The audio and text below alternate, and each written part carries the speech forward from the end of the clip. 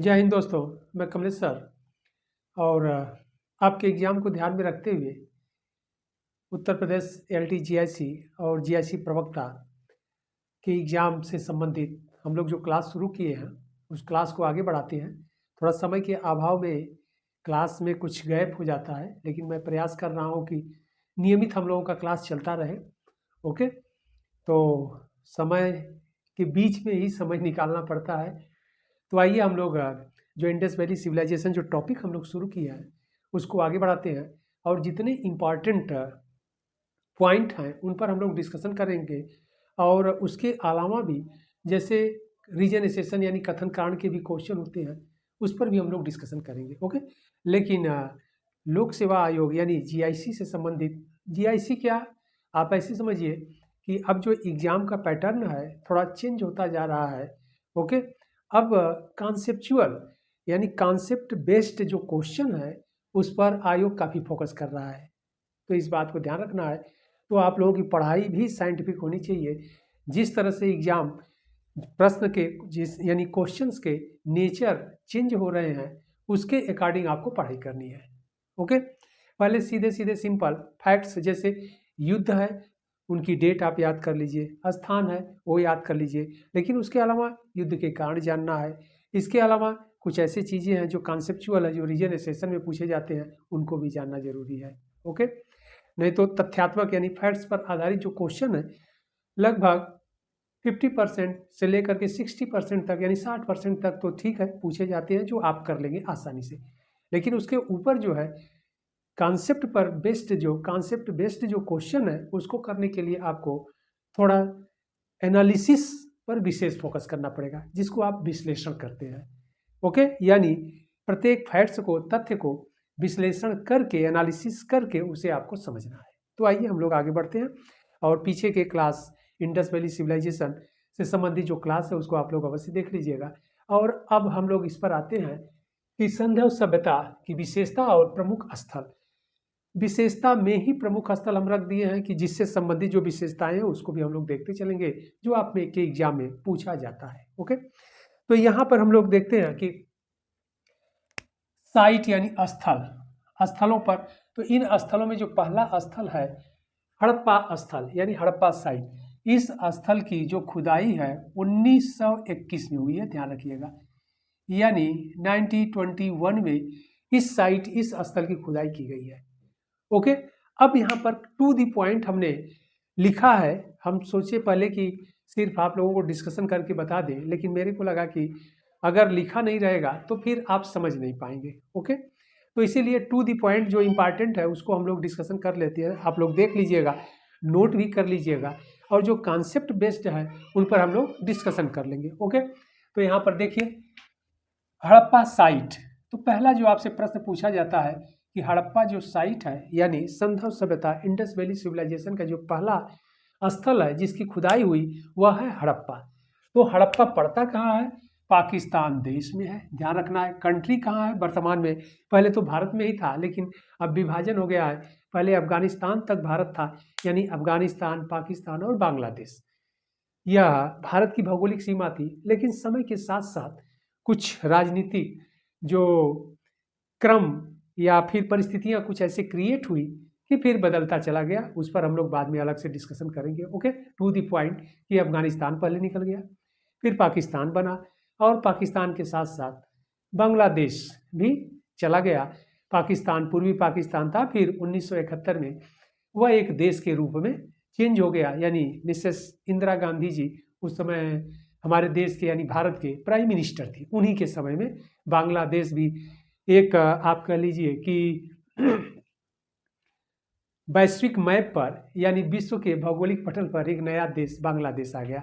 तो आज अगर देखा जाए तो यह हड़प्पा साइट जो है पाकिस्तान देश में चला गया है। और प्रांत, स्टेट की बात किया जाए तो पंजाब प्रांत में पड़ता है। ओके, अगर डिस्ट्रिक्ट, जिला की बात किया जाए तो मांडरकोमरी जिले में पड़ता है। रिवर आपसे पूछा जाता है तो यह रावी नदी है, रावी रिवर है। ऋग्वेद में इसी रिवर रावी नदी का नाम परशुनी मिलता है, ध्यान रखिएगा, आप लोग नोट कर लीजिएगा, आगे वैदिक काल में हम लोग पढ़ेंगे। तो वेद में यानी ऋग्वेद में इस रावी नदी का नाम परशुनी मिलता है। तो नदी क्या है, रावी नदी। अगर तट देखा जाए, बैंक देखा जाए, किनारा, तो बाएं तट पर। ओके, तो यानी बाएं किनारे पर मिला। अब आगे बढ़ते हम लोग। आगे जो इस स्थल साइट यानी संतोष सभ्यता से संबंधित जो हड़प्पा साइट है, अगर इसकी खुदाई की बात देखा जाए तो उस समय जॉन मार्शल साहब थे। और जॉन मार्शल साहब क्या थे, पुरातत्व सर्वेक्षण विभाग के डायरेक्टर थे, यानी महानिदेशक जिसे आप कहते हैं। तो महानिदेशक थे, इन्हीं की देख रेख में एग्जाम में आपसे पूछा जाता है इस स्थल की खुदाई किसने के द्वारा कराया गया, तो राय बहादुर दयाराम साहनी। तो दयाराम साहनी से ही आप याद किए रहते हैं, इतना ही नाम आपके लिए इंपॉर्टेंट है, लेकिन पूरा नाम इनका है राय बहादुर दयाराम साहनी। ओके, तो इतनी बातें इंपॉर्टेंट है, आप लोग ध्यान रखिएगा। जो आपसे पूछा जाता है कि हड़प्पा जो साइट है, स्थल है, वर्तमान में पाकिस्तान में चला गया, देश पाकिस्तान, प्रांत पंजाब में पड़ता है, जिला डिस्ट्रिक्ट की बात किया जाए तो मांटगोमरी में पड़ता है, रिवर की बात किया जाए तो रावी नदी के बाएं तरफ है। ओके, बाएं तरफ है, बाएं तरफ का मतलब लेफ्ट साइड। ओके, तो लेफ्ट साइड है। इसके बाद इसकी खुदाई किसके देखरेख में हुई, पुरातत्व सर्वेक्षण विभाग के जो महानिदेशक थे, डायरेक्टर थे, जॉन मार्शल साहब थे, और इन्हीं के देखरेख में राय बहादुर दयाराम साहनी के द्वारा इस साइट को एक्सकवेट कराया गया, यानी खुदाई करवाई गई। ओके, अब यहाँ से एविडेंस क्या मिला उसको हम लोग देख लेते हैं, यहाँ से क्या क्या एविडेंस मिला है। तो पहला हम लोग एविडेंस पर अगर चले तो यहाँ से नगर और दुर्ग का साक्ष्य मिला है, जो आपसे पूछा जाता है एग्जाम के लिए, बहुत इंपॉर्टेंट है। तो नगर और दुर्ग का साक्ष्य मिला। तो नगर ईस्ट में मिला है, ईस्ट का मतलब पूर्व दिशा, ध्यान रखिएगा, ईस्ट का मतलब है पूर्व दिशा में मिला है। ओके, तो यह पूर्व दिशा में मिला, नगर पूर्व दिशा में, और दुर्ग जो था जिसे इंग्लिश में सिटाडेल कहते हैं, दुर्ग जो है पश्चिम दिशा में, यहीं पर हम लिख देते हैं पश्चिम साइड में, यानी वेस्ट साइड में, दुर्ग पश्चिम साइड। तो यहाँ से जो एविडेंस मिला है संदर्भ हड़प्पा साइड से, नगर और दुर्ग का साक्ष्य मिला है। ओके, ये आपसे पूछा जाता है और एग्जाम में पूछा जाता है कि नगर यानी लोअर, इसे लोअर टाउन भी बोलते हैं या लोअर सिटी भी बोलते हैं, अथवा इसे निचला नगर भी बुकों में आपको लिखा मिलेगा, ध्यान रखिएगा। निचला नगर, निचला नगर आप क्यों कहते हैं, इसलिए कि दो टीले थे, टीला का मतलब माउंट, MOUND। ओके, माउंट का मतलब टीला, यानी पहाड़ नहीं, छोटा। ओके, तो माउंट था, टीला था, तो नगर जिस पर बसा था, जिस टीले पर, जो पूर्व की दिशा में था, थोड़ा दुर्ग टीले से नीचे था, इसीलिए इसे निचला नगर बोलते हैं, उस पर नगर बसाया गया था। ओके, और दुर्ग जो था वह पश्चिम दिशा में था और यह ऊंचे टीले पर था, यानी दुर्ग की टीला जो था वह ऊंचाई पर था। ओके, तो यह बातें क्लियर हो गई। आपसे एग्जाम का प्रश्न कि नगर पूर्व दिशा में और दुर्ग जो है पश्चिम दिशा में, ये बातें क्लियर हो गई। अब अगले पॉइंट पर आए जाए हम लोग। नगर जो है रक्षा प्राचीर से नहीं घिरा था, रक्षा प्राचीर से तात्पर्य बाउंड्री वॉल। ओके, तो नगर एकदम ओपन था, खुला था, रक्षा प्राचीर नहीं थी। लेकिन दुर्ग जो है रक्षा प्राचीर से घिरा था, ध्यान रखिएगा, रक्षा प्राचीर से घिरा था, यानी दुर्ग बाहरी दीवार से यानी रक्षा प्राचीर से घिरा हुआ था। और यह दीवार की ऊंचाई कितने मीटर थी, 12 मीटर ऊंची या ऊंचा रक्षा प्राचीर से यह घिरा था। जो दुर्ग था, ओके, वह उसकी जो बाउंड्री वॉल था वह 12 मीटर ऊंचा मिलता है, सोच लीजिए, और पक्की ईंटों से निर्मित था। ओके, और जगह जगह पर बुर्ज बना हुआ था। ओके, तो यह एग्जाम के लिए इंपॉर्टेंट। अब अगले पॉइंट पर आए, और इस दुर्ग में प्रवेश के लिए तो यहाँ पर साउथ और नॉर्थ, उत्तरी दिशा और दक्षिणी दिशा में प्रवेश द्वार था, यानी एंट्री गेट जिसे आप कहते हैं। ओके, यानी द्वार था उत्तरी दिशा में और दक्षिणी दिशा में, नॉर्थ एंड साउथ में क्या था बना हुआ था, गेट बना हुआ था। तो ये बहुत इंपॉर्टेंट है। अगर इसकी लंबाई चौड़ाई देखा जाए दुर्ग का, तो जो विद्वानों के द्वारा दिया गया है 420 मीटर, ओके, लंबाई दुर्ग का, और 196 मीटर चौड़ाई। ओके, और इसका निर्माण दुर्ग यानी सिटाडेल का निर्माण पक्की ईंटों से किया गया था। आगे नगर पर थोड़ा सा हम लोग डिस्कशन कर ले। नगर भी सुनियोजित बसाए गए थे। ओके, नगर सुनियोजित बसाए गए थे। नगरें एक दूसरे को समकोण काटती थी, कैसे, यहाँ पर हम लोग डिस्कस कर लेते हैं, यहाँ पर जगह है। नगर की जो सड़कें थी यह मुख्य सड़कें थी, ठीक। और मुख्य सड़कें एक दूसरे को समकोण काटते हुए चौराहे का निर्माण करती थी, ध्यान रखिएगा, एक दूसरे को काटते हुए समकोण। इसी समकोण को आपसे एग्जाम में पूछा जाता है ग्रिड पद्धति, यानी ऑक्सफोर्ड सर्कस। ग्रिड पद्धति यानी समकोण एक दूसरे को काटते हुए चौराहे का ही निर्माण करती थी। और इन चौड़ी सड़कों से क्या होता था, गलियां निकली होती थी और इन सड़कों की लंबाई चौड़ाई 6 से 7 मीटर तक होती थी, लेकिन कहीं कहीं अधिक भी होता था। जैसे आगे हम लोग देखा जाएगा कि सिंधु सभ्यता में सबसे चौड़ी सड़क मोहनजोदड़ो से मिली है। एग्जाम के लिए बहुत इंपॉर्टेंट है, आगे हम लोग देखेंगे। लगभग 10 मीटर यानी 9.15 मीटर, यानी लगभग 10 मीटर, आप ऐसे दिमाग में बैठा लीजिए। तो यह मुख्य चौड़े सड़कें होती थी और यह चौराहे का निर्माण बना करती थी। और इन सड़कों पर बीच बीच में क्या था, आज जैसे नगर का गंदा पानी निकलने के लिए सीवर लाइन आप कह लीजिए, तो सीवर लाइन के संकेत थे मिले हैं और जगह जगह पर उसके ये ढक्कन बने हुए हैं, तो ये इंपॉर्टेंट हो गया। और मुख्य चौड़ी सड़क से गलियां निकली हुई थी, इन गलियों की ओर क्या थे, भवनों का निर्माण था, यानी मकान बने थे। यानी मुख्य सड़क की तरफ, यानी चौड़ी जो सड़क है उसके तरफ भवनों के खिड़कियां और दरवाजे नहीं खुलते थे। देखिए बड़ा ही सिस्टमेटिक तरीके से सब मिला है। तो किधर खुलते थे, गलियों की तरफ। और जो भवन बने थे मकान, वह कुछ में 2 से 3 कमरे मिले हैं, कुछ में 3 से 4 कमरे मिले हैं। जो सबसे बड़ा भवन मिला है वह मोहनजोदड़ो से मिला। यह भी एग्जाम के लिए बहुत इंपॉर्टेंट है। तो चौड़ी सड़क और बड़ा जो भवन था वह मोहनजोदड़ो से ही मिला है, आगे हम लोग डिस्कशन कर लेंगे। तो यहाँ पर भवनों में से जो पानी था, गंदा जल निकलता था, वह गलियों के माध्यम से मुख्य सड़कों में चला जाता था और मेन होल के माध्यम से, सीवर लाइन के माध्यम से नगर से बाहर निकल जाता था। यानी सफाई पर विशेष ध्यान दिया गया था। और स्थान स्थान पर क्या बना था, डस्टबिन के लिए गड्ढे बने थे। यानी नगर का जो कूड़ा करकट था उन गड्ढों में इकट्ठा होता था। और इसके अलावा चौड़ी सड़क के किनारे जो मुख्य मार्ग थे उनके किनारे किनारे दोनों तरफ चबूतरे बने थे, उन चबूतरों का प्रयोग बाजार के रूप में किया जाता था। तो ये बहुत इंपॉर्टेंट है, ध्यान रखिएगा। तो यह ग्रिड पद्धति, ग्रिड सिस्टम जो आपसे एग्जाम में पूछा जाता है कि जो नगर नियोजन था यानी सिटी प्लानिंग थी, वह ग्रिड पद्धति पर आधारित थी। चौड़ी सड़कें एक दूसरे को समकोण काटती थी और जो नगर बसाए गए थे वह आयताकार रूप में अर्थात अथवा कुछ जगह वर्गाकार रूप में भी मिले हैं, लेकिन अधिकांशतः आयताकार रूप में ही यह नगर बसाए जाते। देखिए ये आयत हुआ, ये बीच का ये जगह, ये आयत, ये तो आयताकार रूप में। आयताकार रूप में यह नगर एकदम प्लानिंग के साथ, तो ये बहुत इंपॉर्टेंट है। आगे बढ़ते हैं। इसके अलावा अगले पॉइंट पर चलते हैं कि यहाँ से और क्या क्या मिला। तो दुर्ग और नगर के साक्ष्य मिल गए। आगे हम लोग बढ़ते हैं, यहाँ से अन्नागार के भी साक्ष्य मिले हैं, ग्रेनरीज। अन्नागार यानी वहाँ पर अन्नागार में क्या होता था, ग्रेन्स, अनाज रखे जाते थे।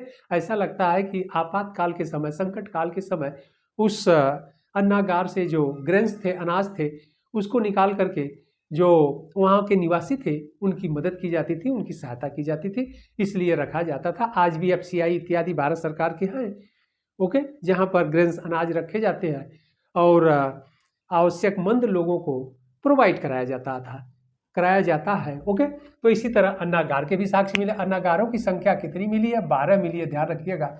और जो 6 के 2 पंक्ति में विभाजित थे, इनकी संख्या क्या थी, 6 के 2 लेन में यह क्या थे, विभाजित थे। क्लियर बात है। यानी 6 धान्य कोठार यानी अन्न कोठार एक साइड और 6 एक साइड, तो यह 12 अन्नागार पाए गए हैं। इसके अलावा हम लोग देखते हैं अन्नागार के पास ही श्रमिक आवास के भी साक्ष्य पाए गए हैं, यानी जिसे आप लेबर हाउस कहते हैं। श्रमिक आवास के भी साक्ष्य पाए गए हैं। श्रमिक आवास कितने पाए गए हैं, 15 पाए गए हैं, आपसे एग्जाम में पूछा जाता है। तो श्रमिक आवास 15 पाए गए हैं, जो नॉर्थ में यानी उत्तर दिशा में, उत्तर दिशा में 7 हैं और दक्षिण दिशा में, ध्यान रखना है, और दक्षिण दिशा में 8 है। तो यह बहुत इंपॉर्टेंट है, यानी 7 और 8 2 कतारों में यह बने हुए थे। तो यह श्रमिक आवास हो गए। ओके, इसके बाद अन्नागार के पास ही अनाज कूटने के चबूतरे, वृत्ताकार चबूतरे पाए गए हैं। ओके, तो यह चबूतरे थे और यह चबूतरे के बीच में क्या है कि छिद्र बने हुए हैं जिसमें से अनाज को मड़ाई की जाती थी, यानी उनसे। और इस गड्ढे में क्या पाए गए हैं, इस गड्ढे में दो प्रकार के अनाज पाए गए हैं, और वह वीट यानी गेहूं और दूसरा जौ, और साथ में चैप, चैप से तात्पर्य है भूसे। ओके, इसमें भूसे भी पाए गए हैं। इस आधार पर आपसे एग्जाम में क्वेश्चन पूछा जाता है कि हड़प्पा स्थल से किस प्रकार के ग्रेन्स पाए गए हैं या कौन से अनाज पाए गए हैं। तो उसमें दो है, गेहूं है और जौ है। जौ का मतलब बेरले और गेहूं का मतलब वीट। ओके, और इन जो ओखल टाइप है, चबूतरे बने हैं, बीच में ओखल बना है, उस गड्ढे में जौ और गेहूं के दाने पाए गए हैं और उसके भूसे पाए गए हैं। ओके, इस प्रकार इसका प्रयोग अनाज कूटने के लिए होता था, यानी एक तरह से कह लीजिए कि भूसे से ग्रेन्स यानी अनाज को अलग किया जाता था। ओके, अब आगे बढ़ते हैं। इनकी संख्या कितनी मिली है? 18 मिली है। यह भी बहुत इंपॉर्टेंट है एग्जाम के दृष्टिकोण से। इसके बाद अगला जो पॉइंट है उसको हम लोग देख लिया जाए कि श्रमिक आवास के पास ही भट्ठियां मिली हैं, और भट्ठियों की संख्या कितनी है? 16 है, 16th है। और यह भट्ठियां जो पाई गई हैं, विद्वानों के अनुसार ऐसा लगता है कि जो लेबर वर्ग थे, श्रमिक वर्ग थे, इसका प्रयोग शराब बनाने में करते थे। ओके, इसका प्रयोग किस में करते थे? शराब बनाने में करते थे। तो कितना पाई गई है? 16 भट्ठियां पाई गई हैं। यह भी इंपॉर्टेंट है आपके एग्जाम के दृष्टिकोण से। इसके अलावा अगला इंपॉर्टेंट जो पॉइंट है, यहाँ से ताम्रकारों की बस्तियां पाई गई हैं। ताम्रकारों का मतलब तांबे के कार्य करने वाले।